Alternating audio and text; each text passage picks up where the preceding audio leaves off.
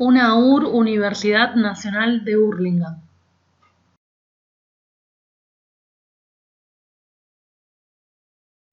Hola, mi nombre es Leandro Nahuel. Vamos a hablar sobre el tema de la física de la visión, más específicamente sobre la luz. Bueno, primero vamos a observar cómo el cristalino va a tener este grado de acomodación cuando vamos a tener objetos ya sea cercanos. Miren cómo se ensancha, o ya sea lejanos. Miren cómo se alarga. Bueno, y a la vez nos preguntaremos por qué el agua del mar y el cielo se ve con coloración azul. ¿Por qué el mar de Perú es diferente, por ejemplo, al mar del Caribe? ¿Por qué? Porque estamos hablando de luz. Esta luz choca contra un objeto y este va a emitir una serie de información: color, forma, profundidad, movimiento, etc.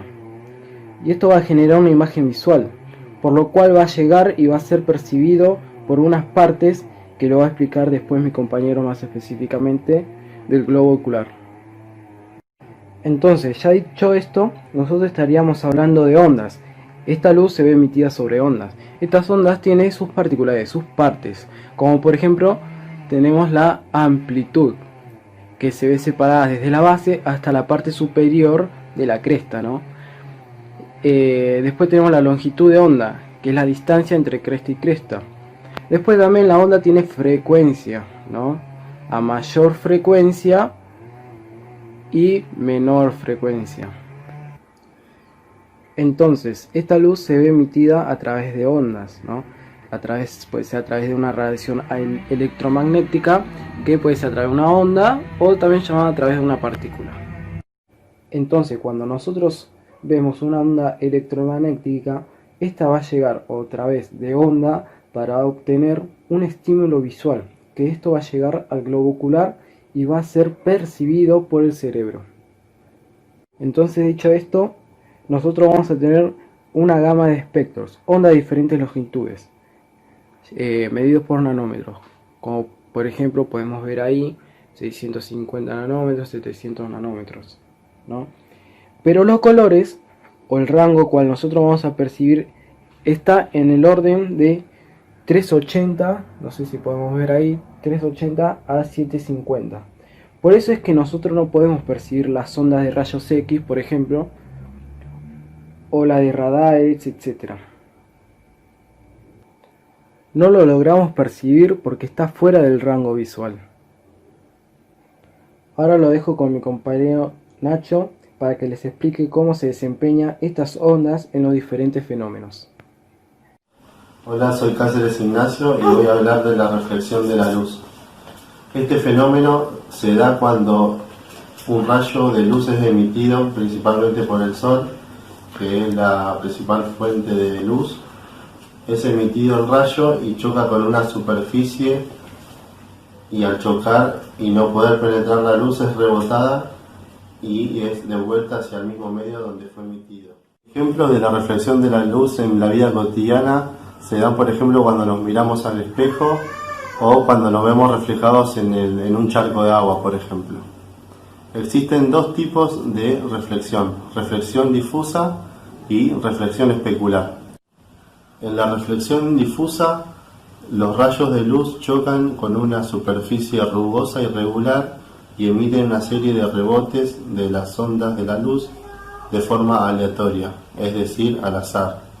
Esto se da, por ejemplo, en el caso de las ondas del agua. En el caso de la reflexión especular, esto se da cuando el rayo de luz choca con una superficie que es lisa y pulida y emite una serie de rebotes de forma ordenada y paralela de unos con otros. Esto se da, por ejemplo, en el caso de un espejo. La reflexión presenta algunas características. Ellas son que el rayo que es emitido del sol, por ejemplo, denominado rayo incidente, al llegar a la superficie y rebotar, forma otro rayo llamado rayo reflejado. Entre el medio del rayo incidente y del rayo reflejado se traza una línea imaginaria llamada normal. Esto provoca que se formen dos ángulos, llamados ángulo incidente y ángulo reflejado. Estos ángulos son congruentes entre sí, es decir, son iguales. Existe otro tipo de fenómeno de reflexión, por ejemplo, cuando miramos a una ventana, nos podemos ver tanto nuestro reflejo como mirar hacia a lo que hay atrás de esa ventana. De este fenómeno se va a encargar mi compañera Rayen. Gracias, Nacho. Bueno, me presento, mi nombre es Rayen y a continuación voy a exponer lo que es la absorción, la refracción y la difracción. Y a modo de ejemplo voy a hacer una representación mediante un experimento. Bueno, vamos a mencionar que se conoce como absorción a una de las propiedades básicas de la luz, que sería cuando ésta, o sea, la luz, da sobre un objeto donde incide, este absorbe total o parcialmente una parte del espectro, reflejando o transmitiendo, según sea la opaca o transparente, una determinada gama de longitudes de ondas que constituyen su color. Bueno, como ejemplo de este fenómeno, ahora vamos a realizar una prueba con un CD al que hemos retirado la placa metálica y vamos a ver cómo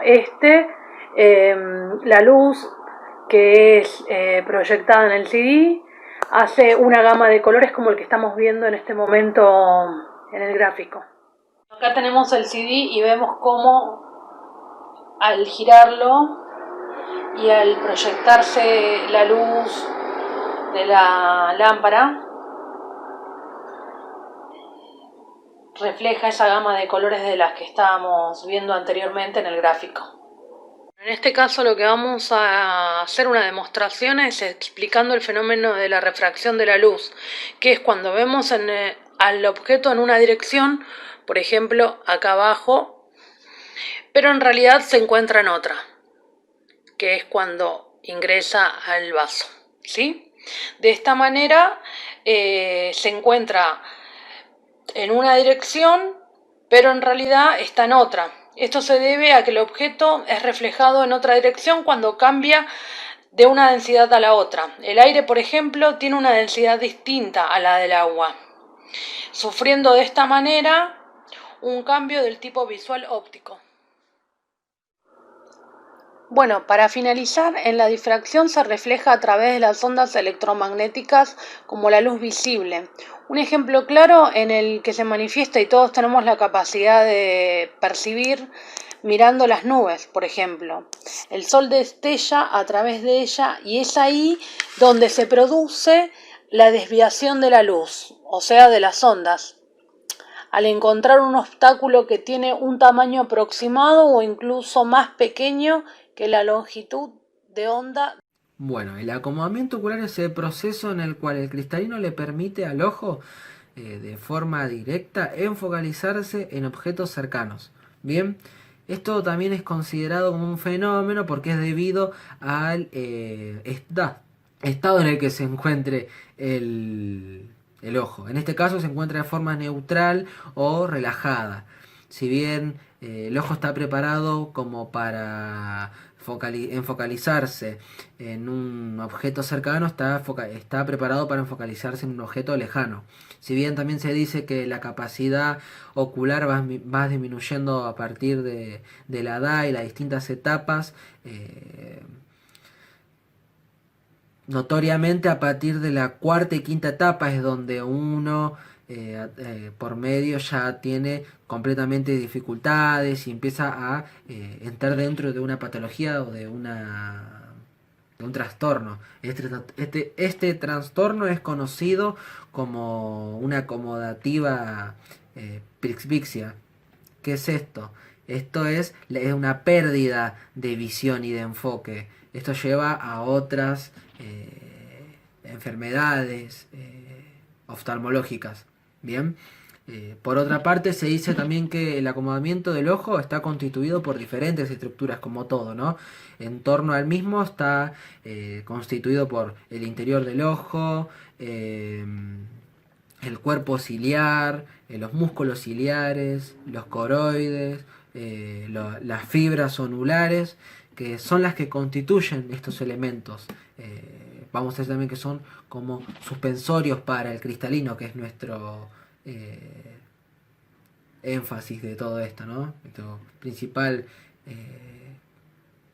accionar o personaje, ¿no? Al respecto a esto como evolución, también sabemos que el acto de una acomodación ocular tiene 3 respuestas fisiológicas, las cuales son que la pupila se contraiga, que los ojos se converjan, que a través de la respuesta se produzca una noción acomodativa, ¿no? Si bien también, como estábamos mencionando antes, esto puede llegar a producir un trastorno o una pérdida. Algunos de los síntomas y signos secundarios son la visión borrosa, fatiga del sueño, ojos rojizos, lagrimeo, pérdida de comprensión en muchos casos. Si bien está recomendado de que una persona cuando esté sufriendo estas patologías y está entrando dentro, que esté casi dentro de este trastorno, se vaya y acuda a un consultorio oftalmológico que se realice los estudios correspondientes para sacarse las dudas y poder llevar a cabo un tratamiento y poder salir de esta pérdida, ¿no? Bueno, el cristalino es una lente con forma de lupa totalmente transparente que físicamente dentro del ojo se sitúa entre el iris, que es la parte de color del ojo, y el humor vitrio, que es con un gel que está dentro del ojo y mantiene pegadas las paredes internas del ojo gracias a la presión que ejerce. También el cristalino es totalmente avascular, no tiene vasos sanguíneos y tampoco tiene nervios. Y gracias a esto es muy transparente y permite pasar la luz hacia la retina. Básicamente la función que ejerce el cristalino es muy simple, es la de poder enfocar los objetos que se encuentran lejos o cerca, no importa dónde estén, pero el cristalino va a bombarse para poder focalizar en la retina todos esos objetos. ¿Cómo ocurre esto? Bueno, esto ocurre gracias al cerebro. El cerebro, según se van acercando las cosas, se las va viendo más borrosas. Entonces manda información al músculo ciliar, que es un músculo que rodea el cristalino y lo mantiene agarrado de los extremos, por así decirlo, para que se ponga en funcionamiento. De manera que cuando este músculo ciliar está totalmente relajado, el cristalino también está relajado y se desacomoda y se puede ver objetos desde lejos. Si el músculo ciliar se está acomodando durante mucho tiempo, nos puede provocar dolores de cabeza en esta parte, pesadez de ojo, dolor al fin y al cabo. ¿Por qué? Porque está ejerciendo más fuerza de la que puede soportar. Ahora, si sufrís muchos dolores, puede ser que tengas hipermetropía o presbicia. Bueno, acá se podría ver lo que sería el cristalino y los músculos ciliares. Cada vez que activamos nuestra acomodación, vemos mucho mejor, más fino y focalizamos mejor, así no tenemos tantas aberraciones en la vista. Cada vez que se activa el cristalino se ve mucho mejor, mucho más fino y eso está bien. Lo que no está bien es forzar el cristalino, el músculo ciliar, porque como ya dije puede causarnos dolores de cabeza, etc. Otro tema que entra perfectamente acá es, ¿la acomodación se gasta? Sí, se gasta. El músculo ciliar se va cansando y el cristalino se va endureciendo. Y es por eso que muchas veces se produce la presbicia. Hablar sobre las enfermedades y soluciones que tiene la acomodación del ojo. Vamos a empezar hablando sobre la vista cansada, que es tener un ojo sano a partir de los 40 años de edad con un papel inversamente proporcional a la amplitud de acomodación. Esto que puede resultar complejo a priori, pero quiere decir que con el paso de los años las personas vamos perdiendo la capacidad acomodativa de forma natural. Y es cuando aparece lo que se conoce coloquialmente como vista cansada, y en la práctica se traduce en necesidad de alejar los objetos para poder verlos con claridad. La causa de este problema está relacionada con la pérdida de elasticidad o esclerosis del cristalino, asociada directamente con la edad. Con los años el cristalino crece y posteriormente se endurece. ¿Qué es a causa de esta pérdida de elasticidad? Que el punto de enfoque cercano se vaya alejando progresivamente y perdemos la visión próxima. La pérdida de elasticidad del cristalino causa la presbicia o vista cansada. Cabe remarcar que que la presbicia no es una enfermedad que afecte a unas personas y a otras no. Es un proceso fisiológico natural y benigno, que afecta al 100% de la población. Bueno, vamos a pasar a hablar de otra enfermedad que es la catarata. Una catarata es una pérdida de transparencia y opacificación del cristalino, que puede venir provocada por distintas causas. La causa más frecuente es la edad. En este caso se trata de una catarata senil. Y a la práctica, totalidad de la población a partir de los 70 años de edad. Aunque la catarata senil es la más frecuente, esta puede venir ocasionada por otros motivos tales como traumatismos, exposición a rayos UV, ingesta de determinadas sustancias o diabetes, entre otras. También existen las cataratas congestivas que ya se encuentran presentes en los ojos del bebé en el momento del nacimiento. Las causas de esta pérdida de transparencia del cristalino están relacionadas con la descomposición y acumulación de las proteínas. El cristalino es transparente, pero por causas como las citadas anteriormente, las proteínas la comienzan a descomponerse. Como consecuencia, el cristalino se torna opaco progresivamente. Ya esto es a lo que se conoce como cataratas. Los síntomas de las cataratas son principalmente la aparición de la visión borrosa, la pérdida de percepción de los colores y la necesidad de una mayor iluminación y claridad para ver con claridad. El tratamiento de la catarata, la única forma de sanarse es a través de cirugía. Gracias. La agudeza visual se define como la capacidad de nuestro sistema visual para discriminar detalles de los objetos en unas condiciones dadas, iluminación como la distancia. De una forma técnica, la agudeza visual es la capacidad de percibir y diferenciar dos estímulos visuales separados por un determinado ángulo X, o lo cual es lo mismo, la capacidad de resolución espacial dentro de nuestro sistema visual. Esto se mide por una fórmula. Agudeza visual es igual a la inversa de este ángulo A.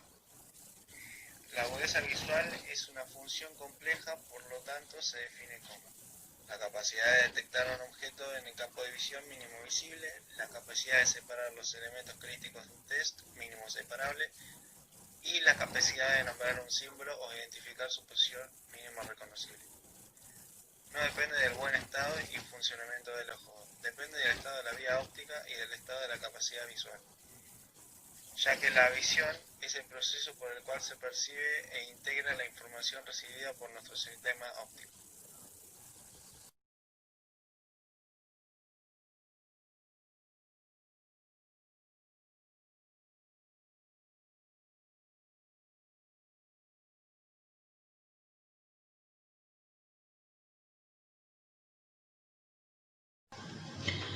Tres problemas de visión se confunden con agudeza visual. La miopía es un problema de la refracción que se manifiesta cuando el paciente percibe borroso los objetos lejanos. La miopía se debe a que la imagen se forma delante de la retina, bien porque la córnea, el cristalino o ambos son muy potentes, o bien porque el ojo es más largo de lo normal. Los síntomas son dolores de cabeza, fatiga visual, dificultad para ver objetos lejanos. ¿Cómo se corrige? Se corrige con anteojos, lente de contacto o cirugía. ¿Qué es el astigmatismo? El astigmatismo es un tipo de error de refracción común. Es un trastorno en que el ojo no enfoca la luz de forma pareja sobre la retina. El tejido sensible a la luz en la parte posterior del ojo. El astigmatismo ocurre cuando la luz se desvía de manera diferente dependiendo del lugar de donde impacte en la córnea y pasa a través del globo ocular. La córnea de un ojo normal tiene una curvatura como la de una pelota de baloncesto. Es igual de redonda en todas sus áreas. Un ojo con astigmatismo tiene una córnea con una curvatura similar a una pelota de fútbol americano. Los síntomas son dolores de cabeza, fatiga visual, visión borrosa. El astigmatismo se puede corregir con anteojos, lente de contacto o cirugía. La hipermetropía es un defecto ocular que provoca la falta de nitidez o visión borrosa de los objetos próximos como consecuencia de enfocar las imágenes por detrás de la retina y no directamente sobre ellas. Por este motivo, una persona con hipermetropía puede tener problemas para ver la televisión, pero no para distinguir una señal de tráfico. Si la graduación es muy elevada, también puede llegar a verse borrosos los objetos lejanos. Hipermetropía se corrige con lente convergente. Se trata mediante el uso de lentes compensadoras, convergentes o convexas. También se corrige con cirugías refractarias a base de rayo láser. La hipermetropía, la miopía y el astigmatismo son los principales defectos de refracción o ametropías.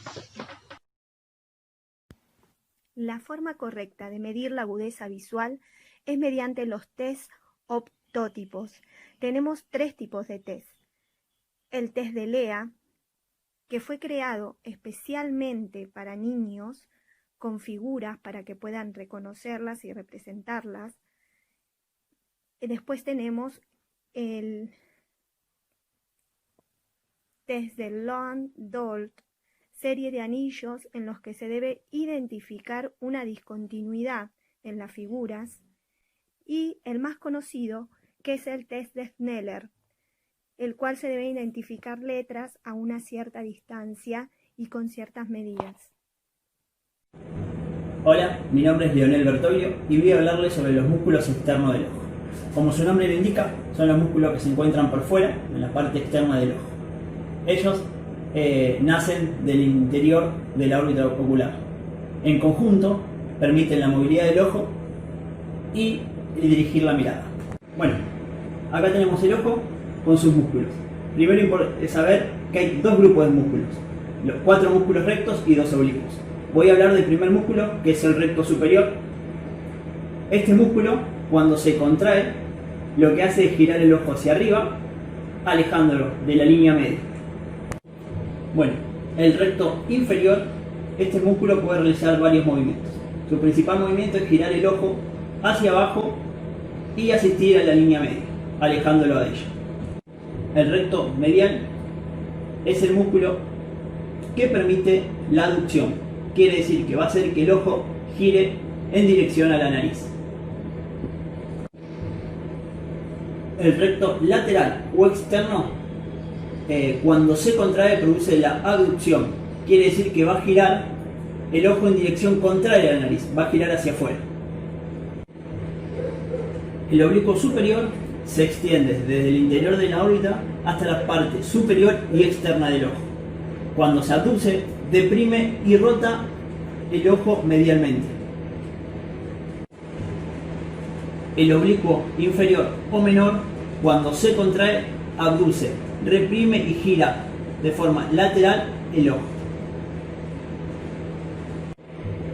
El oblicuo inferior, a diferencia de los otros 5 músculos nombrados, que se insertan en el anillo de Sim, en el fondo de la órbita, este lo hacen en la parte anterior e interior del sacro lagrimal. Inserciones y recorridos. Son 6 músculos los que mueven al ojo, 4 rectos y 2 oblicuos. En cuanto a los rectos, se insertan en el vértice de la órbita por medio de un tendón.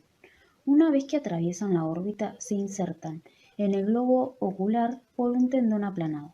El anillo fibroso es el punto de origen de estos 4 rectos. Como podemos ver en la imagen, el recto superior se inserta en la porción superior del globo ocular, mientras que el recto inferior se inserta en la porción inferior del globo ocular. El recto medial se inserta en la porción medial del globo ocular, mientras que el recto lateral se inserta en la porción lateral del globo ocular. Este músculo es de suma importancia, ya que el oblicuo superior e inferior tienen sus inserciones tomando como guía al recto lateral.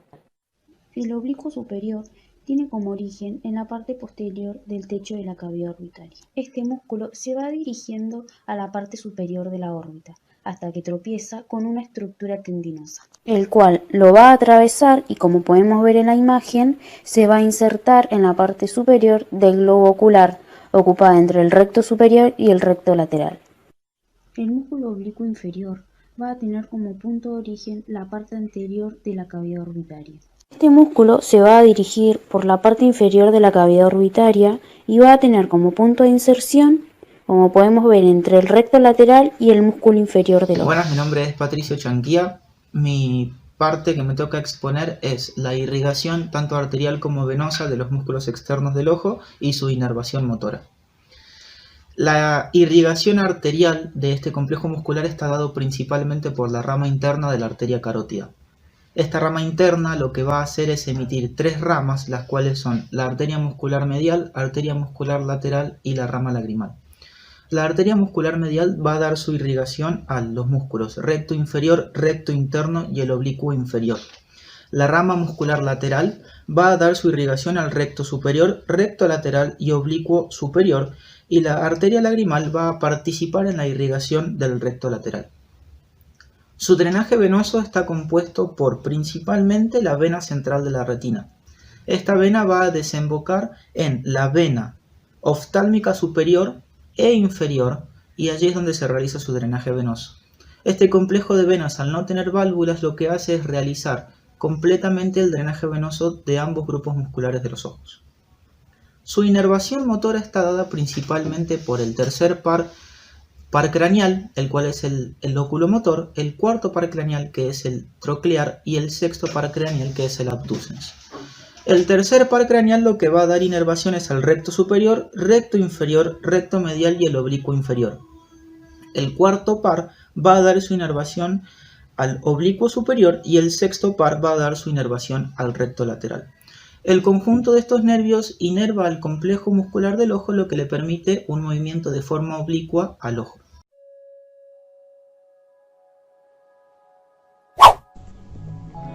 Hola, mi nombre es Roxana, me tocó explicar una introducción sobre el tema campimetría. Campimetría es un estudio que se realiza mediante un instrumento llamado campímetro. Se realiza en la parte visual y es para detectar posibles defectos. El primer objetivo de este estudio es controlar la evolución de glaucoma, pero también detectar lesiones en el nervio óptico. Es la parte sensitiva encargada de controlar los globos oculares, con la parte del cerebro encargada de la visión. Está situada en la parte occipital. La función del nervio óptico es transportar las imágenes recibidas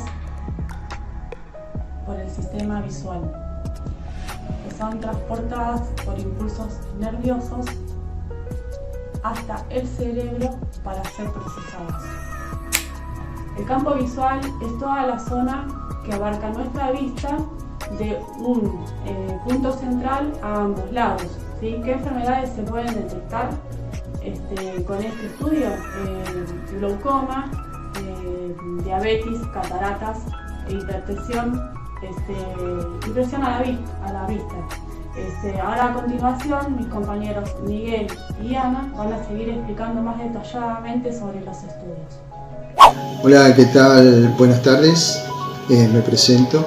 Mi nombre es Miguel Ángel Barreto y voy a hablar sobre el tema de campimetría que venía desarrollando muy bien mi compañera Roxana en el primer video. Y yo voy a hablar en dos partes directamente de dos tipos de estudios dentro de la campimetría, que es la campimetría dinámica o de Golden, y la otra, la campimetría computarizada o estática.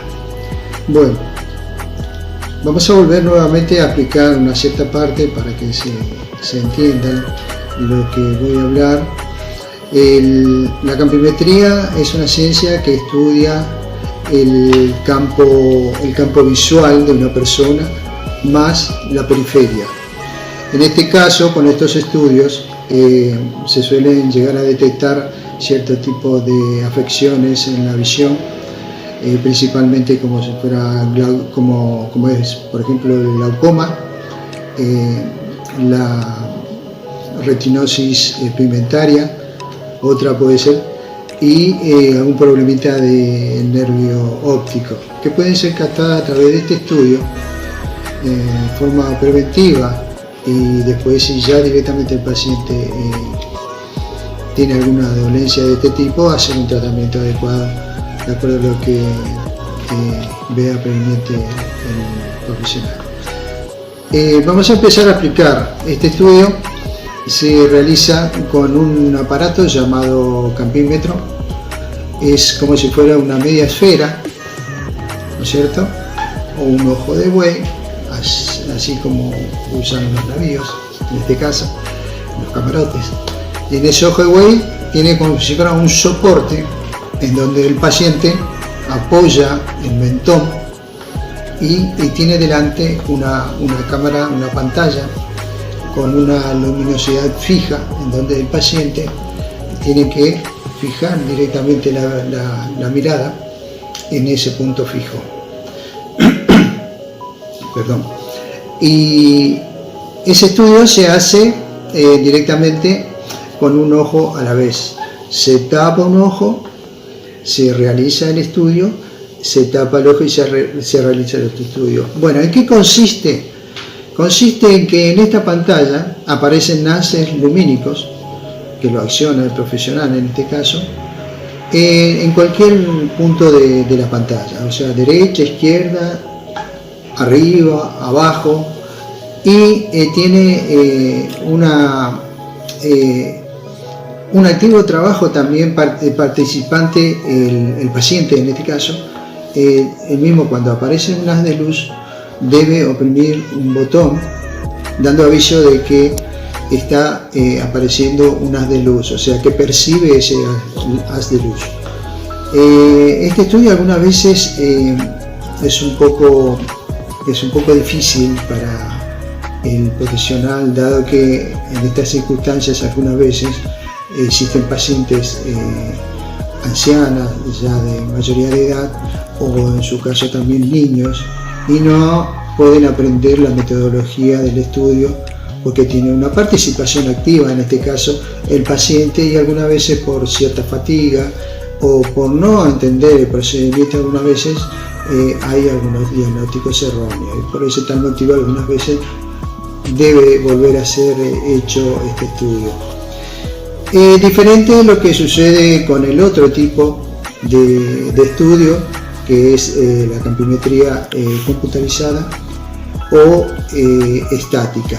En este caso, por ejemplo, ya es diferente el estudio, puesto que es computarizado, como muy bien lo dice la palabra, y ya tiene un dispositivo de software puesto en el ordenador de la computadora, del aparato en sí, y actúa automáticamente. Entonces, por ese motivo es uno de los métodos actualmente más utilizados por su efectividad, por un diagnóstico más eficiente. Así que bueno, en este caso es todo lo que tengo que expresar de mi parte. Los dejo con mi compañera Ana, que seguirá dándole las explicaciones de los otros dos métodos de este estudio. Muchas gracias. Hola, voy a presentar dos tipos de campimetría para cuales no son necesarias tener ningún tipo de equipamiento. Estos tipos de campimetría ya no son tan utilizadas, fueron reemplazadas por el uso del campímetro, pero hay centros, por ejemplo, de atención primaria, donde todavía no llegó esta tecnología y sigue siendo necesaria la detección temprana, por ejemplo, del glaucoma, también como hablaron mis compañeros anteriormente, tanto la detección temprana de estos síntomas del glaucoma, como también el seguimiento correspondiente para saber si la medicación está haciendo efecto y no hay mayores pérdidas de visión, ¿sí? El primer examen que voy a presentar es en la campimetría por confrontación, ¿sí? Para esto voy a solicitar un paciente, en el cual vamos a hacerle una prueba, lo vamos a colocar frente a nosotros, ¿sí? Paralelamente. Para esto necesitamos que el paciente se siente a una distancia donde pueda llegar a tener un campo de visión, por ejemplo de 1 metro, ¿sí? Vamos a evaluar con la campimetría por concentración los 4 campos, ¿sí? De visión del paciente.